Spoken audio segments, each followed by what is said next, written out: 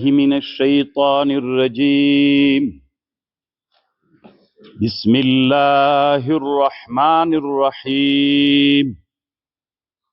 سورة الكهف. طالبان ورونو د سورة کهف فضیلتون مفسرین و علماء ذکر کړي دي. یو له فضیلتونو نه دا د وی کڅوک سورة کهف د جمعې په ورځ باندې وایي د پښو لاندې به یو نور پورته سي عین تر اسمانه پورې او دغه رڼا به دته تر ورځ د قیامت پورې همداسې وي.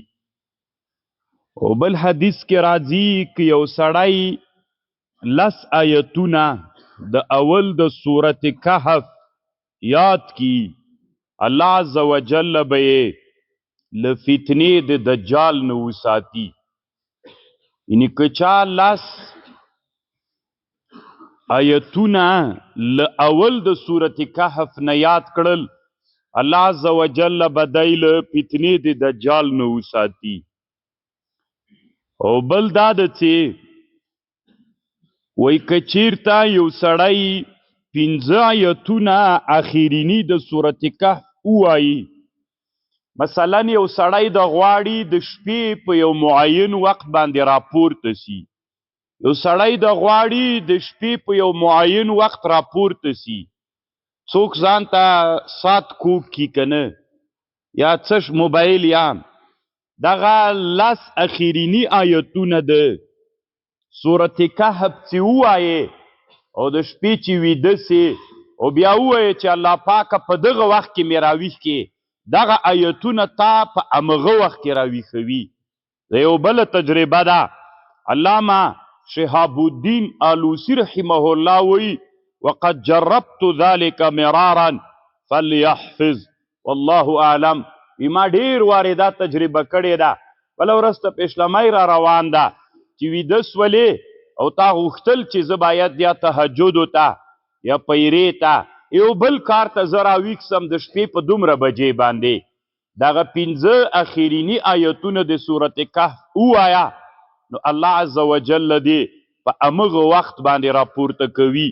نو علامه شهاب الدین آلوسی وی یو خدا ده چې دا مرفوع حدیث ده، بل دا ده دی وی ما دا تجربه کړې ده، په تجربه باندې هم راته ثابته سوې ده.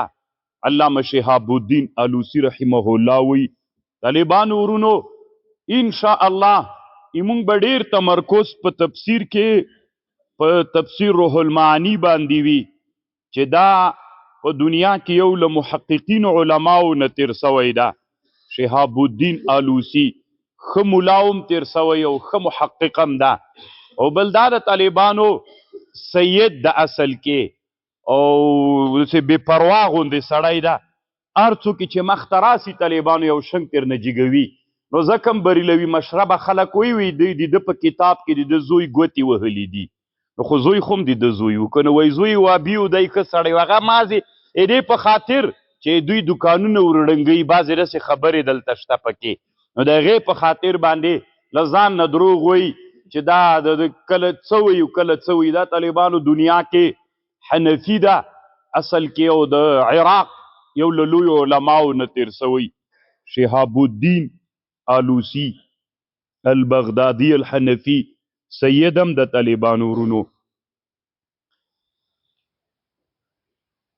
زه ډیر تمرکز طالبانو په معنا باندې کوم تفسیر کې چې تاسې بیا فکر ته پام وي، لفظي تحقیقاتو باندې ډیر تمرکز نه کوم ځکه ما هدف دا ده چې امت راویښوي، هغه په لفظي تحقیقاتو نه کیږي. کنه روح المعانی کله یو جي کې تنباسي کنه دومره لفظي تحقیقات کوي چې ورته حیرانه بسئ.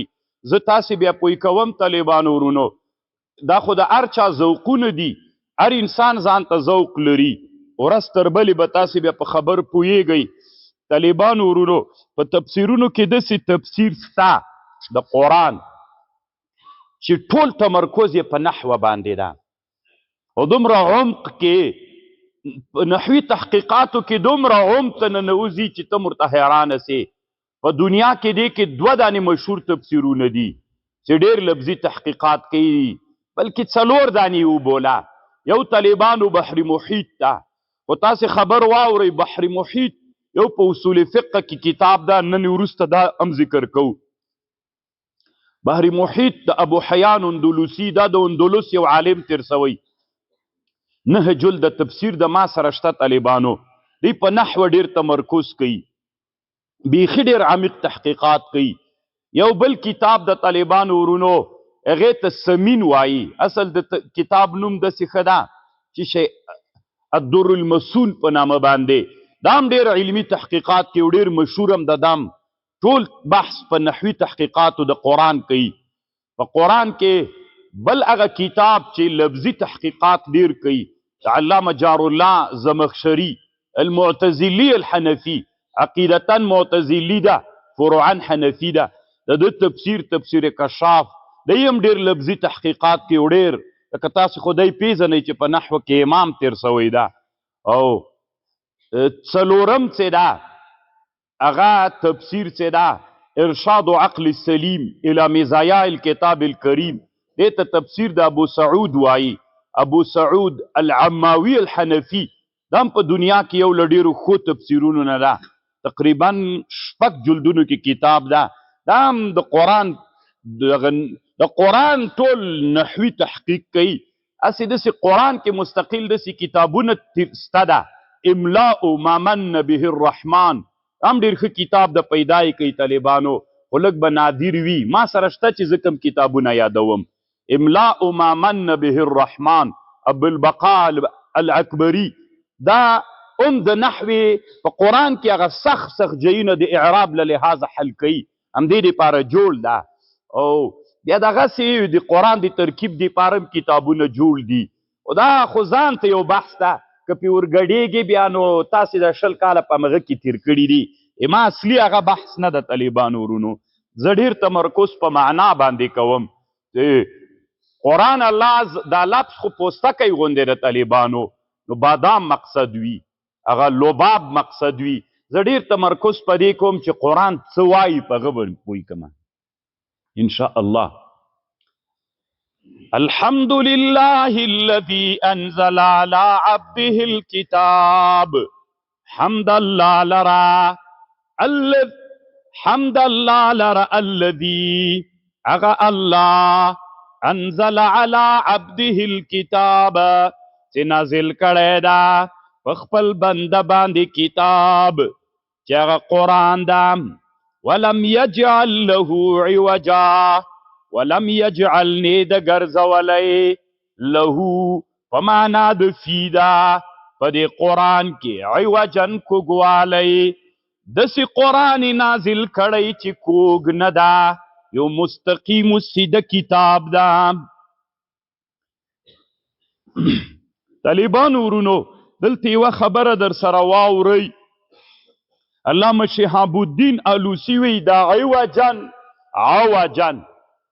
عین زیر کسره د عین او د عین فتحه دواړه جایز دي طالبانو. د عین کسره هم جایزه ده او د عین فتحه هم جایزه ده، خو